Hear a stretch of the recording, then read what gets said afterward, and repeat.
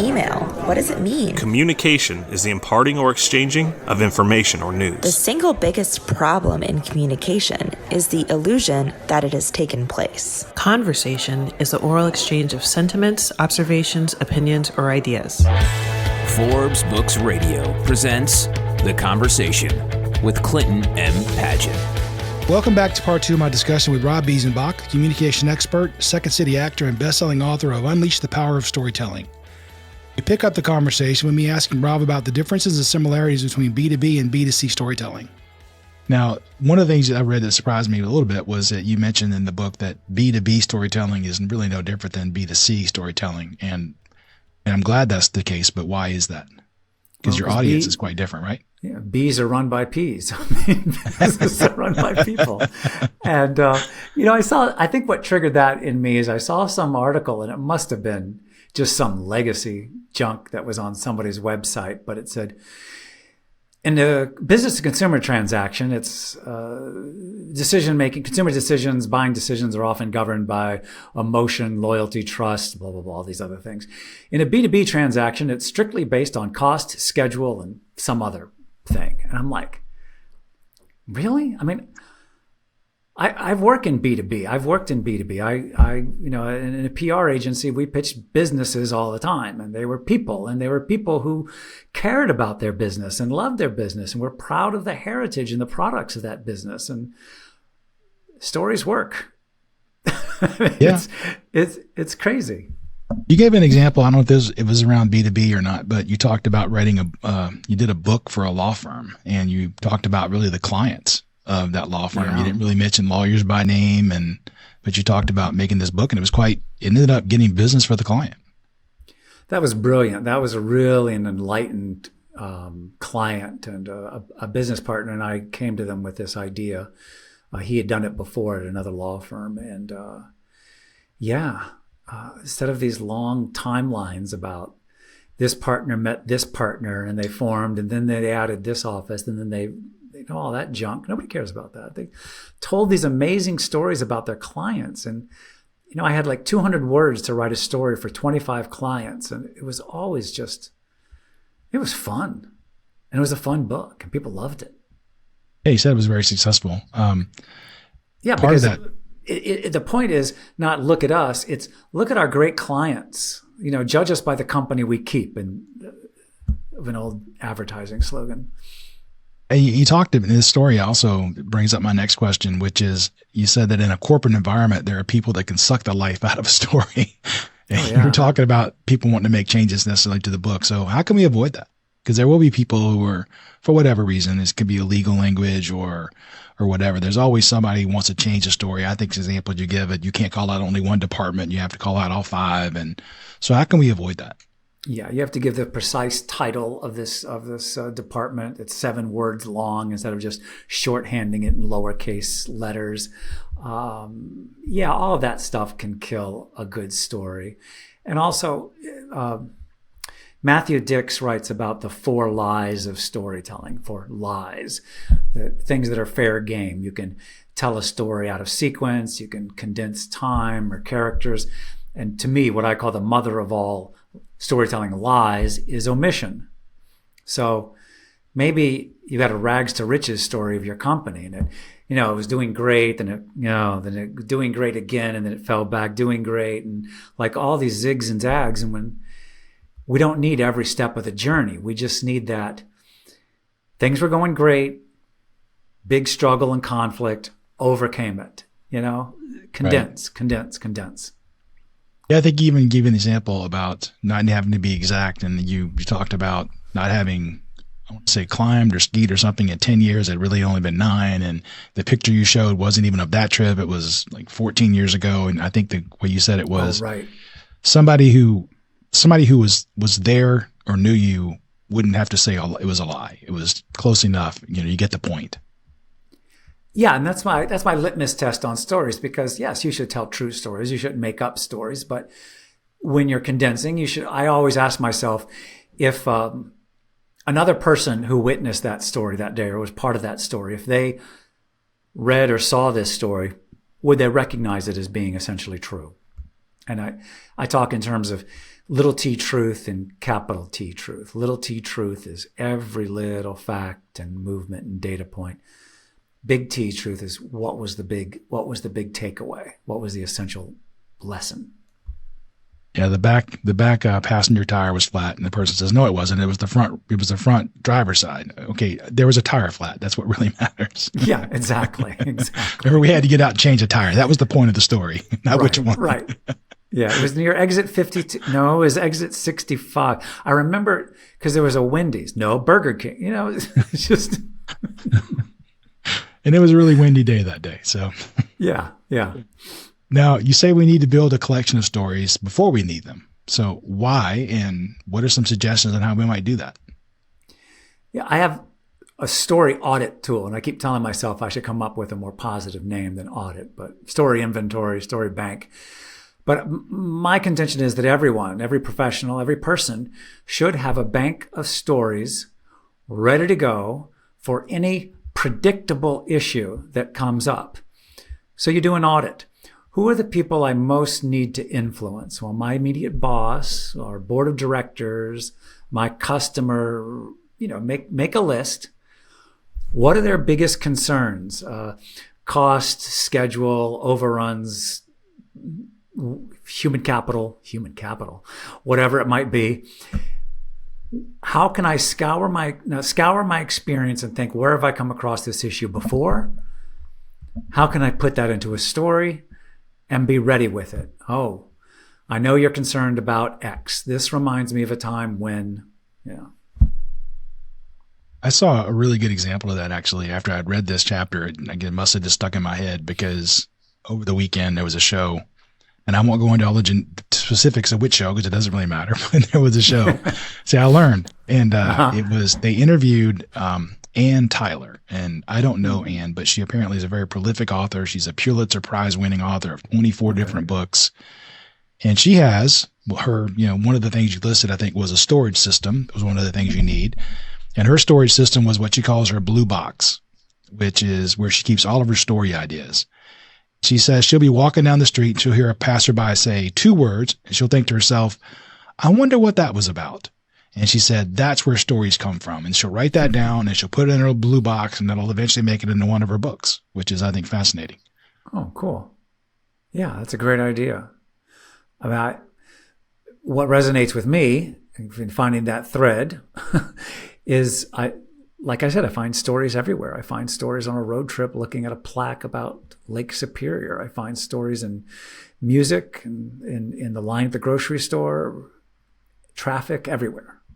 Yeah, she said she suffered during the pandemic because she couldn't go to the coffee shop and listen in on conversations and pick up and she said that would become a character. She'd say, well, wonder what that was about. And then she would make up the story around it, and that would become a character in her book that she would then, she's pretty prolific, 24. That's pretty good. That's about 21 more than me. So yeah, that's great.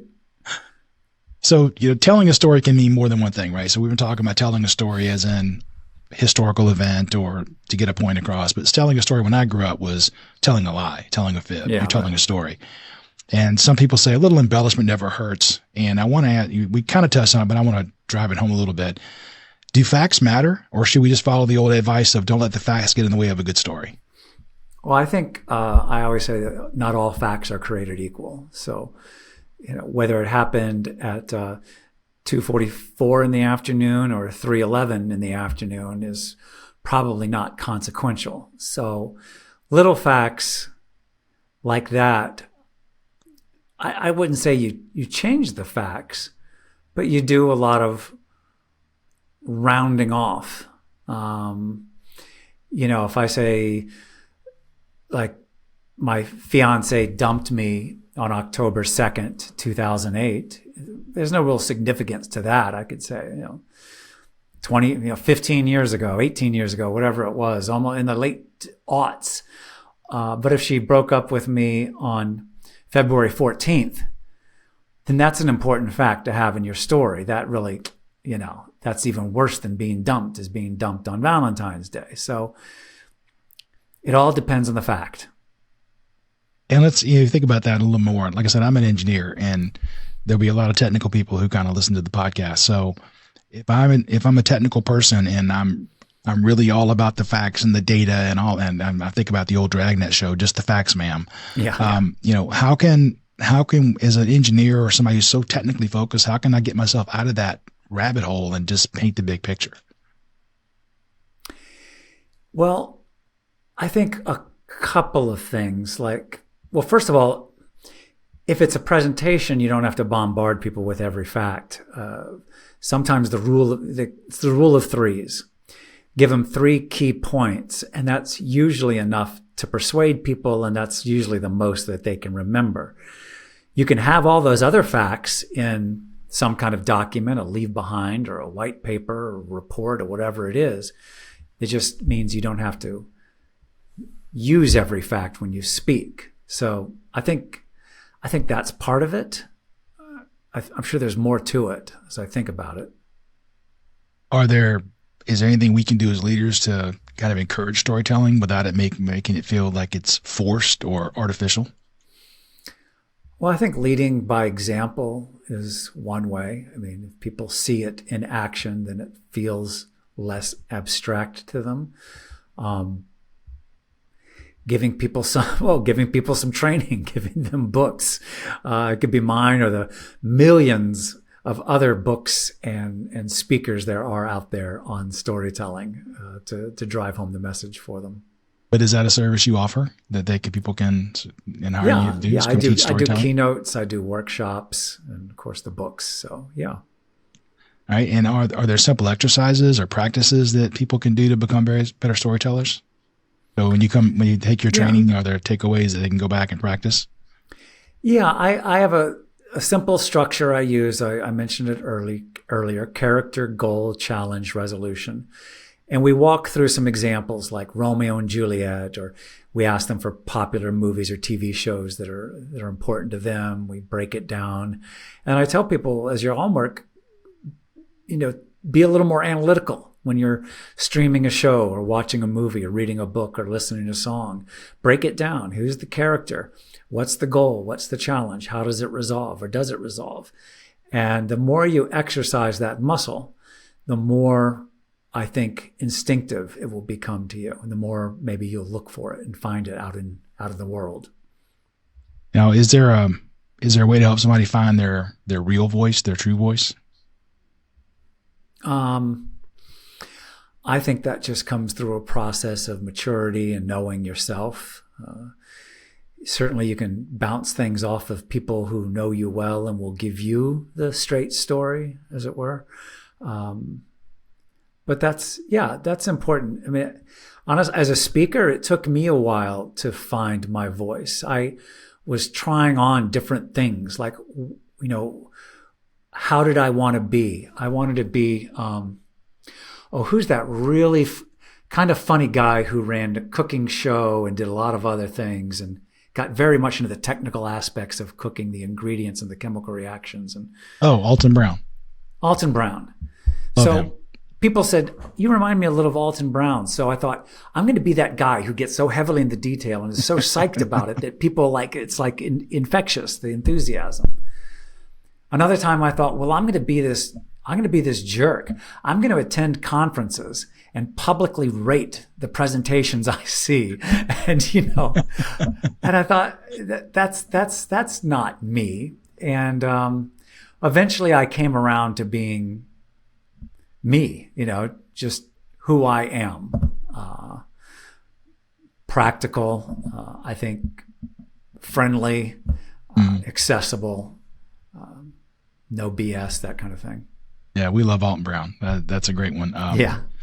He actually did a fried turkey that I ended up doing for years. And he did a turkey derrick, and I got the derrick, I got the ladder, I got the hook. I mean, we did the whole thing. It was a process. Oh, yeah. My brother's very good at that. He usually fries a turkey for Thanksgiving. But it's great. I mean, Alton's amazing. I think he's retiring now, but it's too bad because he's really good. Yeah, he is. Now, you've done work on stage and you've done work in corporate and you've got your own gig. Is there like a common thread? If somebody was looking at all the different iterations of you, would they see a common thread that runs through it all? I think a love of the language and verbal dexterity. I mean, I think that's the through line with everything I've done, from writing, copywriting, speech writing, speaking, rhetoric, oratory, all of that is a through line for me. Is that the kind of thing you were looking for? Yeah, I think so. Yeah. I mean, yeah. And storytelling also is clearly a thread that runs through all of those for you as well. You mentioned in the book that you need a clear structure, and how does a well-told story really cut through the noise rather than just data alone? The best way is the story with some kind of emotional impact, whether it taps into emotion people are feeling, their frustration, their impatience, or their fears, or positives, their sense of duty, their pride.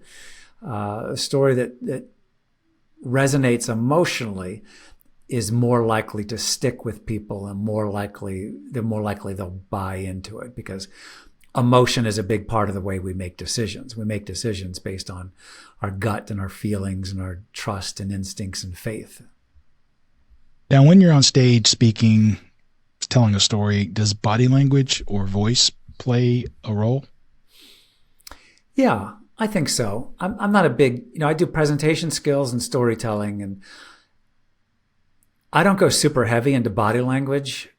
And I got this from another speaker, a speaking coach, Dr. Nick Morgan out of, I believe, Boston. And he made the point, and a couple of others have made the same one, is that if you go into your presentation prepared, confident in your material, you know it's good stuff, you're eager to share it with that audience because you know it can help them and possibly change them, and that you're well rested, you're enthusiastic, and all the rest, if you take care of all of that, all of this will take care of itself, because it will be a natural outflow of what you're thinking and feeling. And too many people work in the reverse. What are your hands doing, and what are your legs, and you just don't do this and don't do that, and look at the content, look at the energy, look at the ideas, look at the enthusiasm. That's the path that you want to go on, and all of this other stuff is like an outcome. Yeah. So if you're listening and not watching, when he says this other stuff, it's good. He's articulating with his hands, gesturing and pointing and raising his arms around. And I know when I've done stuff in the past, I had a coach that would he would kill me because I wanted to have my hand in my pocket. Like, that was a big deal. I'm like, look, I'm comfortable. I don't understand why it's such a big deal, but I'll take it out just for you, because it clearly makes you crazy. Yeah, this happens all the time in my workshops. There was somebody who people do mock presentations in my presentation skills workshops.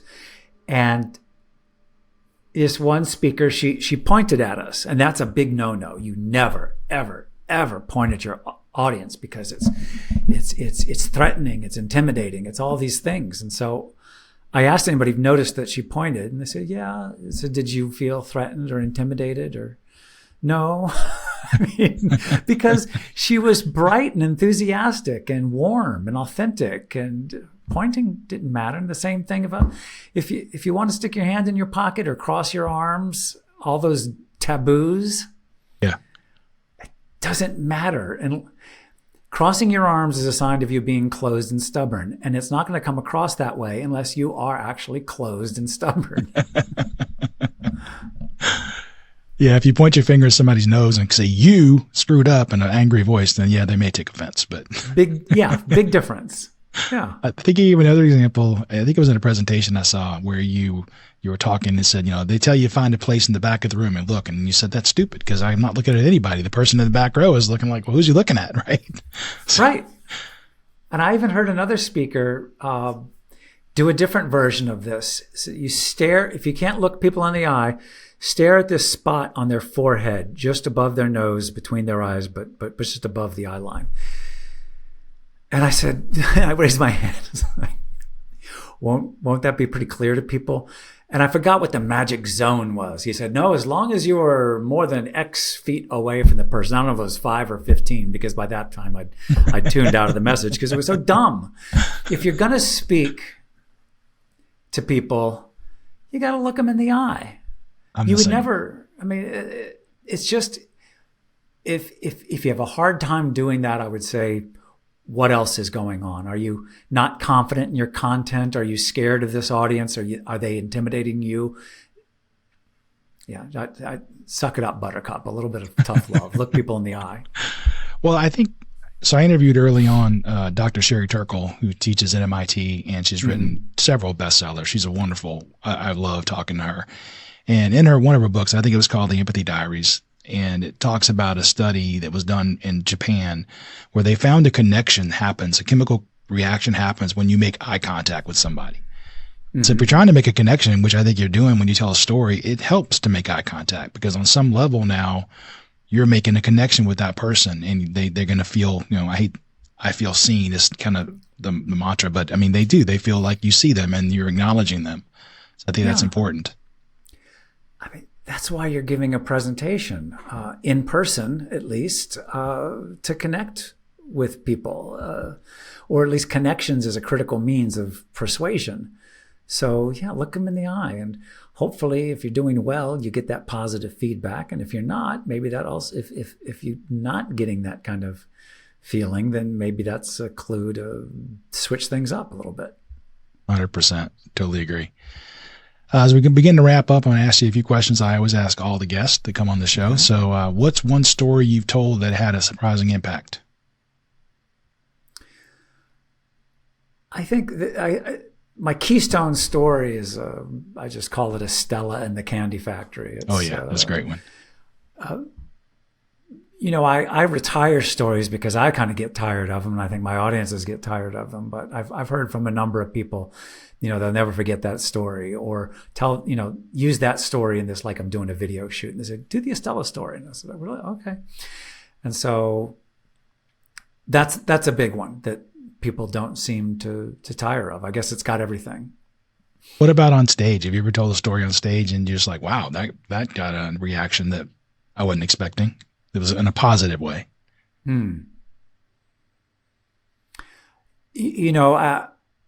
I've told stories on stage that I thought I was prepared to tell, and I surprised myself with my reaction. I thought I was distant enough from it that I could tell it no problem, but something grabbed me inside that made it hard to tell. So right. That's been a common surprise. If listeners could take just one thing away from your book or today's conversation, what would it be? Should it be? One thing. There's so many things. I don't want to repeat myself, but I think I have to. Is that stories are everywhere and anyone can tell them. You don't have to be a poet. I like it. Absolutely. You don't have to be a speaker Hall of Famer. Exactly. Are there any leadership principles that speak to you personally and guide your day-to-day behaviors? Leadership principles. I try to model what I teach. I think that's an important one. I always try to reveal my humanity, even sometimes my mistakes, especially if they're mistakes I've corrected or things that I'm working on. I think those are two of the big ones. And I try to communicate as clearly and persuasively and coherently as I can, which for me, I think is absolutely essential to leadership. If a leader can't communicate, then I don't know what they could possibly accomplish. What's the best piece of advice you ever been given? I'm very bad at this, but I think about some of my heroes. Yeah, I know you want short sound bites, right? No, not at all. I like the long answers. Great. One of my heroes is Cal Ripken Jr., Baltimore Orioles shortstop. He won many awards, Golden Gloves, and all the rest. But he set a record for consecutive games played. He beat Lou Gehrig's record, and he showed up every day, every game, and played. And I don't know if Woody Allen said 90% of life is showing up. I don't know what the percentage is, but showing up counts for a lot. It really does. What's the best book or article you've read recently, and what was the key takeaway?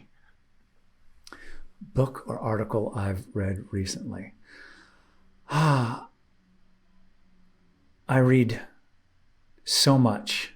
Or a favorite one in the past, then that'd be recently.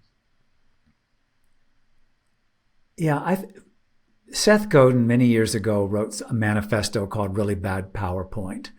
It was like in 2005, and he talked about all the problems with PowerPoint and how people can do it better. And it was 20 years ago, and I still quote it because people are still making the same mistakes.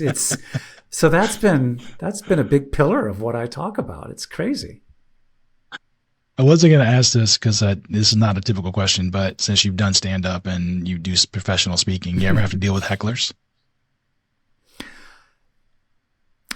Not really hecklers, but maybe people being distracted or getting over-enthusiastic. My stand-up career was like 3 weeks long. It was short. I quickly realized that was not for me, right. And I was not for them. So I didn't sustain any big heckling, but I've had people who want to be part of the show, maybe more than I expected. You did give an example, not of you personally, but in the book of you were working with a client. I think he was a CEO, and he was going around doing some trips and giving some information. And the first presentation he gave didn't go well, and the people were yelling at him. And so you had to make some changes to his presentation. And then I think he opened up the next, like 20 minutes later, he opened up with a personal story and got people on his level, and the heckling kind of went away. Yeah. I mean, more than heckling, this is a guy who got up out of his seat and told them, you're an idiot, you're incompetent, you and your team don't know what the hell you're doing, and he stormed out of the room. So that was a pretty bad reaction. And the CEO turned it around in the next speech after we talked it over, a group of us, and he told a story that appealed to the employees, appealed to their sense of pride and pride in the company's products and heritage, and it completely changed things. Yeah, he didn't say, Joe was a bad dude in the last presentation. He no longer works here. Do you want to be like that? No. He saw the error of his ways, because he was saying, this is what you need to do to change in order to like keep your job and make this company successful. And people were like, union guys, Teamsters, like, no, United Auto Workers. Right. Don't mess with them. No, for sure. Well, Rob, this has really been great. If people want to learn more about you, hire you, engage with you, how can you do that? You can find me. If you can spell my name, you can find me. Rob Biesenbach, Biesenbach. I'm pretty much the only one there. And you can find my website, videos on my YouTube channel, connect with me on LinkedIn, contact me directly, all of that. And I've been to some of that stuff. It's really good. The content on the commercials is great, little clips. I highly recommend it. So I really appreciate your time today, Rob. Thanks so much for the conversation. My pleasure, Clint. Thank you for having me.